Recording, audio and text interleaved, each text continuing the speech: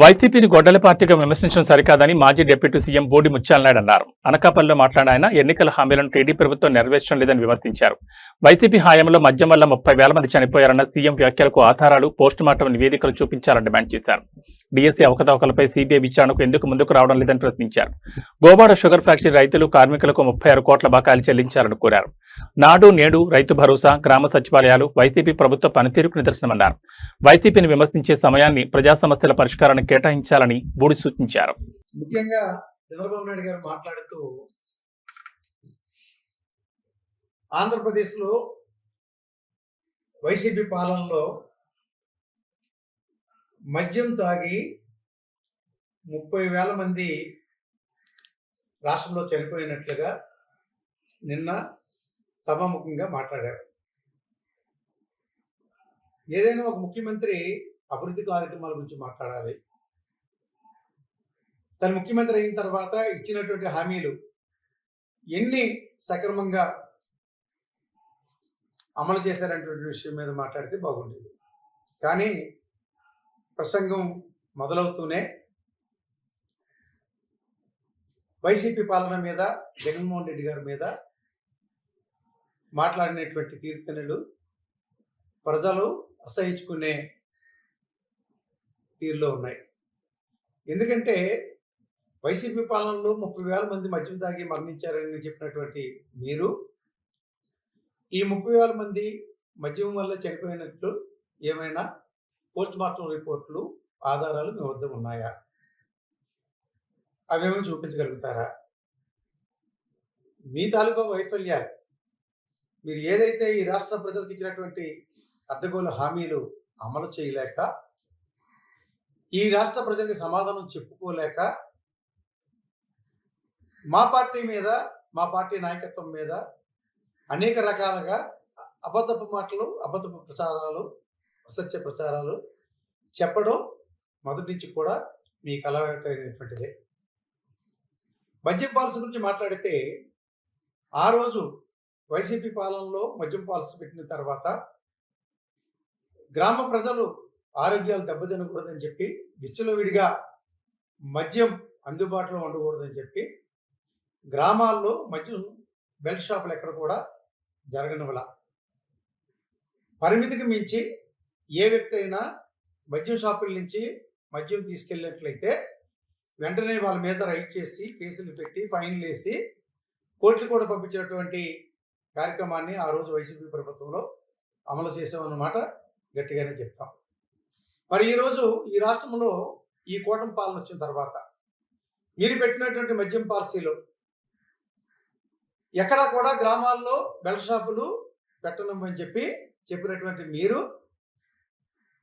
మీ ప్రభుత్వం వచ్చిన తర్వాత ప్రతి గ్రామంలో కూడా, చిన్న గ్రామాల్లో అయితే 3 నుంచి 5 మద్యం బెల్ట్ షాపులు, పెద్ద గ్రామాల్లో అయితే 10 నుంచి 15 బెల్ట్ షాపుల్ని విచ్చలవిడిగా మెయిన్ షాపుల నుంచి గ్రామాలకి కేసులు తరలించుకోవడానికి మీ ప్రభుత్వం ఇచ్చినటువంటి అవకాశం కేవలం మీ కార్యకర్తలు బాగుపడేదానికి, మీ కార్యకర్తలు అడ్డగోలుగా దోచుకోవడానికి, గ్రామాల్లో ఉన్నటువంటి ప్రజల తాలూకా ఆరోగ్య పరిస్థితి క్షీణించేదానికి మీరు చేసినటువంటి ఈ మద్యం పాలసీ.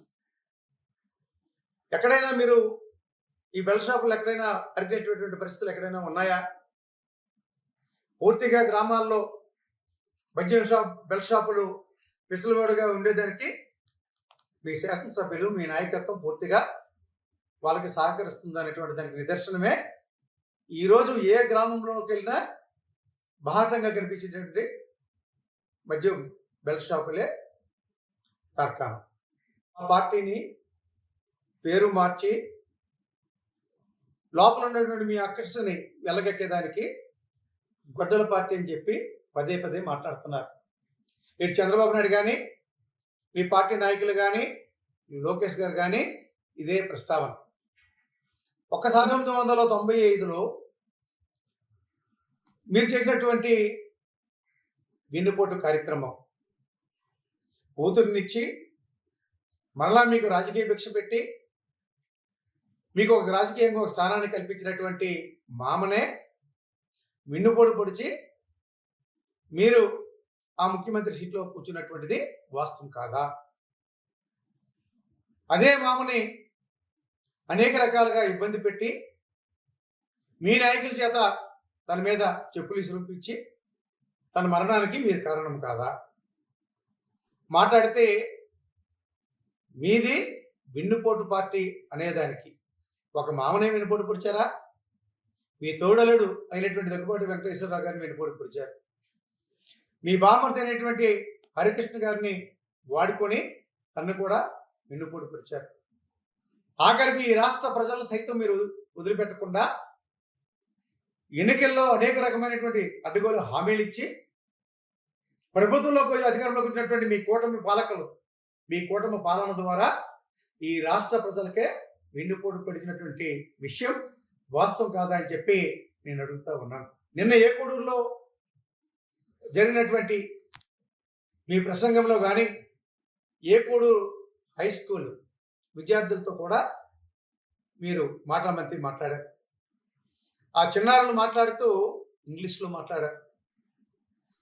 ఇంగ్లీష్ అనేటువంటిది ఈవేళ విద్యార్థులు మాట్లాడగలుగుతున్నారని అంటే ఆ రోజు వైసీపీ ప్రభుత్వంలో జగన్మోహన్ రెడ్డి గారు తీసుకున్నటువంటి ఒక విప్లవాత్మకమైనటువంటి మార్పు. ఇంగ్లీష్ మాట్లాడలేక ఎక్కడ కూడా ఉద్యోగ అవకాశాలు కోల్పోవడానికి వీల్లేదు. ధైర్యంగా ఏ దేశానికైనా వెళ్ళి ధైర్యంగా ఆంధ్రప్రదేశ్లో పుట్టినటువంటి విద్యార్థి మంచి ఉద్యోగం ధైర్యంగా చేసుకునే విధంగా చిన్నతనం నుంచే ఇంగ్లీషు రాయాలి, ఇంగ్లీషు మాట్లాడాలి అనే దృక్పథంతోనే ఆ రోజు ఇంగ్లీష్ మీడియం పెడితే మీరు అసెంబ్లీ సాక్షిగా మీరు హేళన చేసినటువంటి విషయం వాస్తవం కాదా?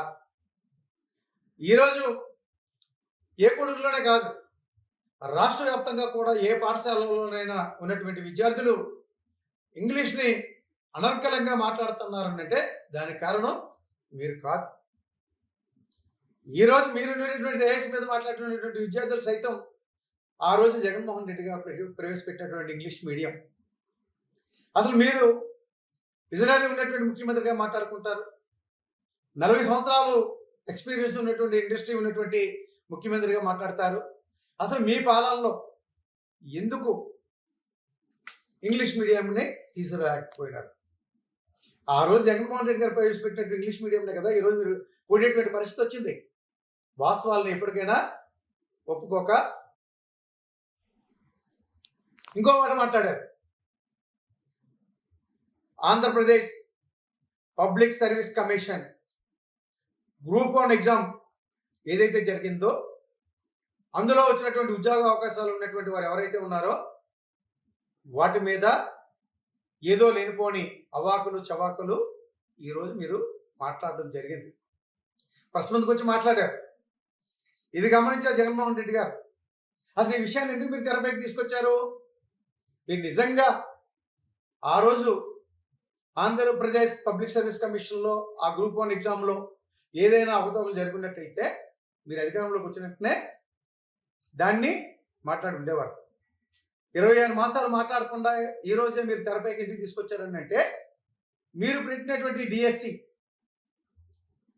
ఈ డిఎస్సి మీద జరిగినటువంటి ఎంపిక విధానం, ఆ పరీక్షల్లో జరిగినటువంటి అవకతవకల మీద మా పార్టీ జగన్మోహన్ రెడ్డి గారు మా నాయకులు విద్యాశాఖ మంత్రి లోకేష్ గారి మీద డిమాండ్ చేశారు. అవకతవకలు జరిగాయి. స్వయంగా ఎగ్జామ్లో పాల్గొన్నటువంటి ఎంపికలో పాల్గొన్నటువంటి విద్యార్థులే డిఎస్సి మీద అవకతవకలు జరిగాయని చెప్పి జగన్మోహన్ రెడ్డి గారి దృష్టికి తీసుకొచ్చారు. ఇటు కోర్టులో కూడా కేసు వేశారు. ఈ విద్యార్థుల పట్ల జగన్మోహన్ రెడ్డి గారు బాధ్యత తీసుకొని జరిగినటువంటి డిఎస్సి అవకతవకల మీద ఎంక్వైరీ చేయాలని చెప్పి ఆ ఎంక్వైరీ కూడా సిబిఐ ఎంక్వైరీ జరిపించాలని చెప్పి డిమాండ్ చేస్తే దాన్ని కప్పిపుచ్చుకోవడానికి, దాన్ని ప్రజల నుంచి తప్పుదారి పట్టించేదానికి మీరు తీసుకున్నటువంటి నిర్ణయమే ఈ Andhra Pradesh public service commission group 1 మీద జరిగినటువంటి అవకతవకలు జరిగాయని చెప్పి మీరు మాట్లాడుతూ ఉన్నారు. రెడ్డిగా మీకు ఒక ఛాలెంజ్ విసిరారు. మా ప్రభుత్వం ఉండేటప్పుడు జరిగినటువంటి ఈ సర్వీస్ కమిషన్ ఏదైతే ఉందో గ్రూప్ 1 ఎగ్జామ్ మీద జరిగినటువంటి అవకతవకలు జరిగాయని మీరు ఆరోపిస్తా ఉన్నారో దాని మీద సిబిఐ ఎంక్వైరీకి జగన్మోహన్ రెడ్డి గారు సిద్ధమని చెప్పి ఛాలెంజ్ విసిరారు. చేపించుకోమని చెప్పారు, దానికి మీరు సిద్ధమని చెప్పారు. అదేవిధంగా మీ కుమారుడైనటువంటి లోకేష్ గారు విద్యాశాఖ మంత్రిగా ఉండగా డిఎస్సి మీద జరిగినటువంటి అవకతవకల మీద సిబిఐ ఎంక్వైరీ ఖచ్చితంగా మీరే ముందుకు వచ్చి వేయండి అని చెప్పి చెప్పగలరా? చేసినటువంటి ఛాలెంజ్కి ఎందుకు మీరెవరు కూడా మాట్లాడకుండా నిమ్మకం నీరెత్తినట్లుగా కామ్గా ఉండిపోయినారు? అంటే మీకు తెలుసు సిబిఐ ఎంక్వైరీ జరిగితే వాస్తవాలు బయటకు వస్తాయి. జరిగినటువంటి అవినీతి అక్రమాలు వెలుగులోకి వస్తాయనేటువంటి ఆందోళనతోనే మీరు సిబిఐ ఎంక్వైరీకి ఇచ్చినటువంటి ఛాలెంజ్ని స్వీకరించలేకపోయినటువంటి విషయాన్ని స్పష్టంగానే అర్థమవుతా ఉంది.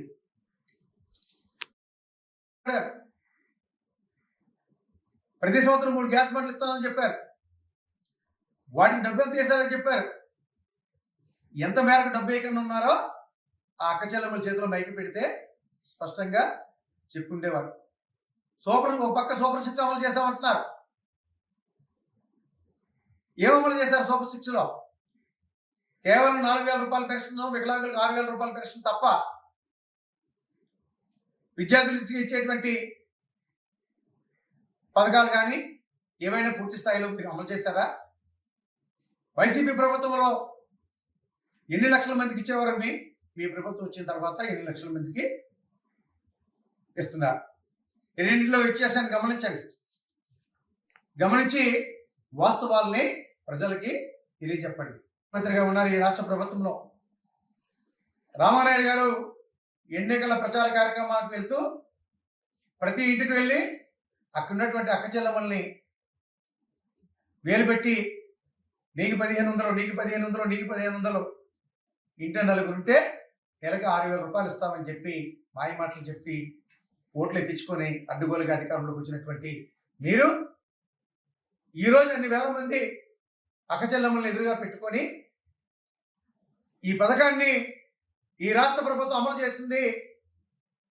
ఇచ్చినటువంటి ఎన్నికల మేనిఫెస్టోలో ఉన్నటువంటి 18 సంవత్సరాలు నిండినటువంటి అక్క చెల్లెమ్మలకి 1,500 రూపాయలు నెలలా ఇస్తున్నాం అనే మాట ఎందుకు మీరు చెప్పలేకపోయినారు? వాళ్ళకి ఇవ్వలేదు. జగన్మోహన్ రెడ్డి గారు ఇచ్చిన పథకాలను కూడా అమలు చేస్తామని చెప్పారు.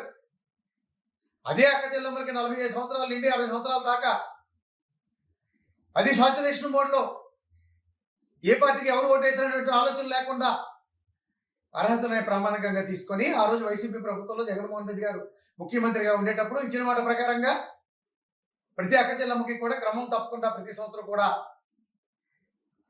18,750 రూపాయలు చొప్పున 5 ఏళ్లలో 75,000 రూపాయలని ప్రతి అక్క చెల్లెమ్మకి ఇచ్చినటువంటి మాట వాస్తవం కాదా? మీరు ఎందుకు అమలు చేయలేకపోయినారు? ఇచ్చినటువంటి మాట మీరు ఎందుకు నిలబెట్టుకోలేకపోయినారు? ఆ మాట కూడా నేను అక్క చెల్లెమ్మలు అడగడానికి సిద్ధంగా ఉన్నారు. మీరు మైకిచ్చి డోక్రా అక్క చెల్లెమ్మల చేత మాట్లాడించి ధైర్యం మీకు లేదు అనేటువంటిది స్పష్టంగా అర్థం. పురుషులను మభ్య పెట్టారు. ఈరోజు ఈ రాష్ట్రంలో 50 సంవత్సరాలు నిన్నటువంటి ప్రతి బీసీలకు కూడా పెన్షన్ ఇస్తామని చెప్పారు. నేటికి 26 మాసాలు అయింది. 50 సంవత్సరాల మాట దేవుడు ఎరిగిన. ఆ రోజు మీ ప్రభుత్వం ఉండేటప్పుడు 60 సంవత్సరాలు వస్తే కానీ పెన్షన్ ఇచ్చే కార్యక్రమం ఉండేది కాదు. 2019 ఎన్నికల మేనిఫెస్టోలో 65 సంవత్సరాల నుంచి వయోపరిమితి 5 సంవత్సరాలు తగ్గించి 60 సంవత్సరాలు ఉంటే చాలు. కర్మాగారం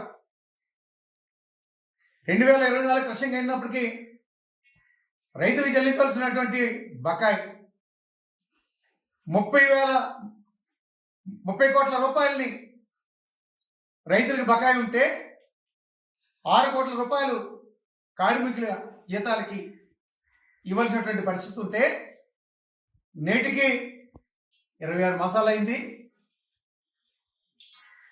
ఎన్నికల ముందు పార్లమెంట్ సభ్యుడిగా పోటీ చేసినటువంటి సీఎం రమేష్ గారు కానీ వాడులో పోటీ చేసినటువంటి బండ్ల సత్యనారాయణమూర్తి కానీ, చోడంలో పోటీ చేసినటువంటి కేసీఎన్ రాజు గారు కానీ మా కూటమి ప్రభుత్వం అధికారంలోకి తీసుకురండి. ఏదైతే రైతులకి ఇవ్వాల్సినటువంటి బకాయిలు పూర్తిగా చెల్లింపిస్తాం, ఫ్యాక్టరీని అభివృద్ధి పథంలో నడిపిస్తాం, ఈ రైతుకు మేలు చేసే కార్యక్రమాల్ని జరిపిస్తామని చెప్పినటువంటి ఈ పాలకులు తీరా 24 అధికారంలోకి వచ్చిన తర్వాత రైతులకు ఇచ్చినటువంటి హామీని, ఫ్యాక్టరీ రైతులకి కార్మికులకి చెల్లించవలసినటువంటి 36 కోట్ల రూపాయలని ప్రభుత్వం నుంచి ఈ ముఖ్యమంత్రి చంద్రబాబు నాయుడు గారిని ఒప్పించి ఎందుకు తీసుకురాలేకపోయాడు?